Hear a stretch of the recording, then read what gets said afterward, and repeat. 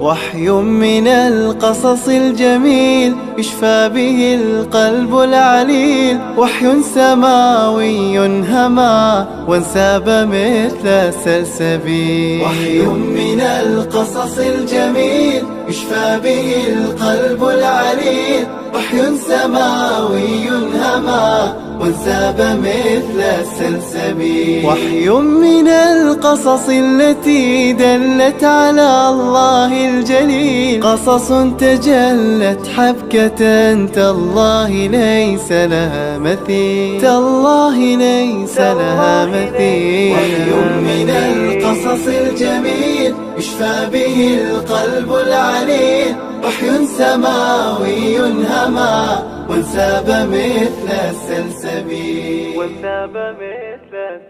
إلهي تبارك وتعالى وحوري لقد كان في قصصهم عبرة لأولي الألباب ما كان حديثا يفترى ولكن تصديق الذي بين يديه. بسم الله الرحمن الرحيم. الحمد لله رب العالمين وصلى الله على نبينا محمد وآله وصحبه وسلم. walaalayaal waxaan ku jirnay qisadii nebi ibraahim calayhi salaam iyo xiriirka ka dhexeeya nebi ibraahim calayhi salaatu wasalaam iyo ummadeenna ummad muxamed sala allahu calayh waalihi wasaxbihi wasallam.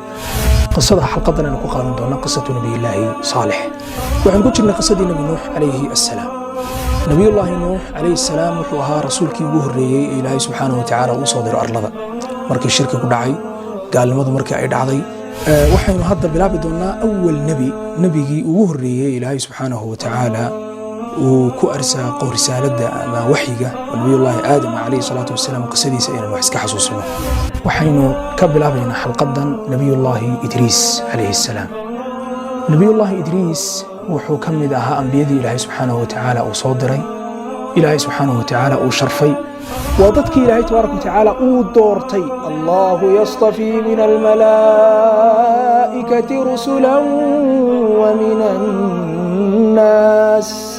ilaahay tabaaraka watacaala wuxuu ka doortay dadka dad dhambaarsidayaal ah.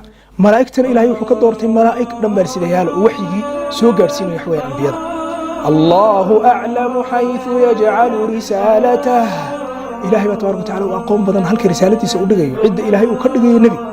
darajada walaalayaal nebinimadu waa nimcada ugu sarraysa ee ilaahay tabaaraka watacaala qof bani aadama uu siiyo, waa inuu ka dhigo nebi. walaalayaal waa barnaamij musalsala oo taxane ah oo ku saabsan wararkii dhambaalsidayaasha ama qisooyinkii nebiyadii ilaahay subxaanahu tabaaraka watacaala ilaahay uu soo diray, wararkoodii innaga oo ka duulayna kitaabka ilaahay tabaaraka watacaala iyo sunnada nebi maxamed sala allahu calayhi waalihi wasaxbihi wasallam. وحي من القصص الجميل يشفى به القلب العليل. وحي سماوي هما وانساب مثل السلسبيل. وحي من القصص الجميل يشفى به القلب